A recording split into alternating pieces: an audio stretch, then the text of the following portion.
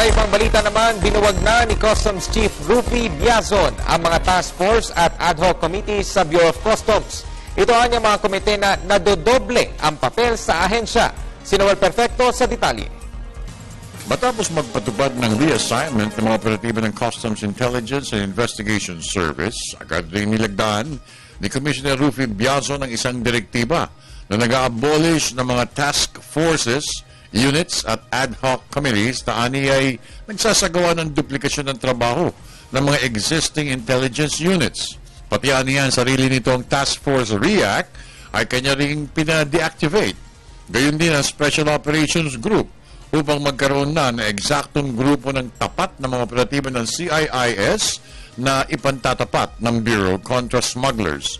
Ang kay Biazon, bahagi ito ng streamlining na ipinatutupad ng pamunuan sa ahensya. Pagtugon natin sa mga pahayag ng Pangulo, naasahan ng reform sa Bureau of Customs itong mga pagkilos natin.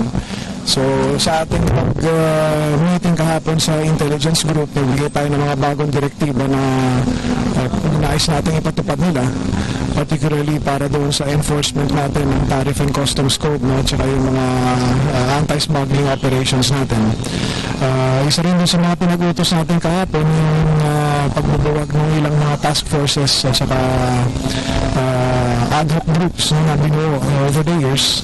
Yung nakita natin na may redundancy na nagagamit din kung minsan sa mga pang-aabuso, pinapabuwag natin din. Pinakalayunin ng reassignment ng intelligence operatives ay mabago na ang imahe ng opisyalis at kawani ng adwana, kung saan mismo ang Pangulong Pinoy ang nakapuna ng pagkukulang ng dibisyon kontra smugglers at ang pagkuha ng inaasam na revenue target collections ng adwana. Mahirap yung pagbabago, no? Lalo na sa isang institusyon o sistema na talagang matagal na rin ang problema ng hinaharap.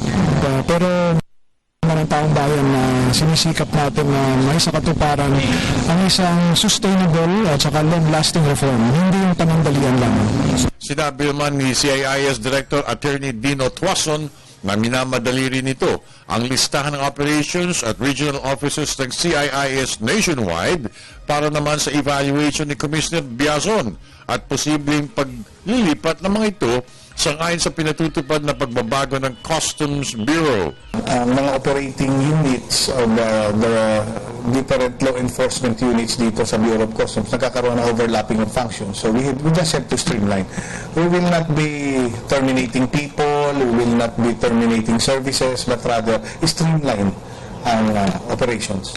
Nagbigay rin ng kanilang mga reaksyon ang iba pa mga division heads ng intelligence group sa pagbabagong nagaganap sa Customs Bureau. This is a good move on our side for the commissioner kasi talaga namang dapat na matigil yung mga redundancy ng mga trabaho dito.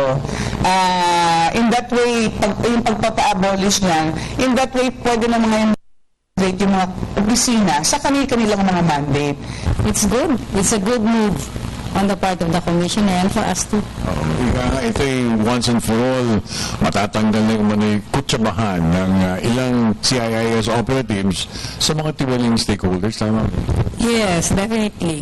Para sa Telebisyon ng Bayan, ako naman si Noel Perfecto.